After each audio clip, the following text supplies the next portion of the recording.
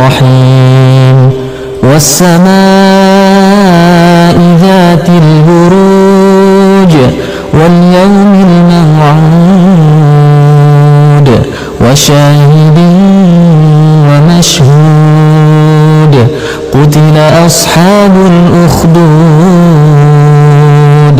النار ذات الوقود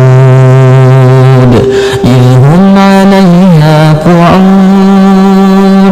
وهم على ما يفعلون بالمؤمنين شهود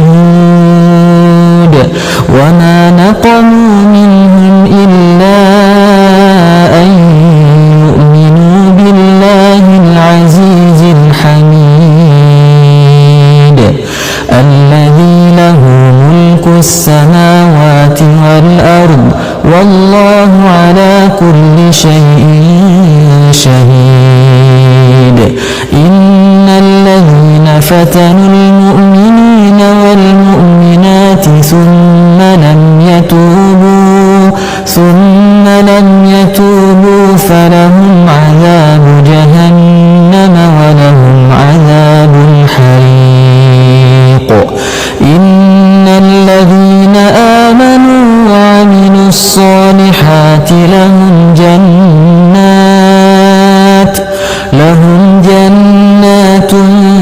تجري من تحتها الأنهار ذلك الفوز الكبير إن بطش ربك لشديد إنه هو يبدئ ويعيد وهو الغفور الودود ذو العرش المجيد فعال لما يريد هل أتاك حديث الجنود فرعون وثمود بل الذين كفروا في تكذيب والله من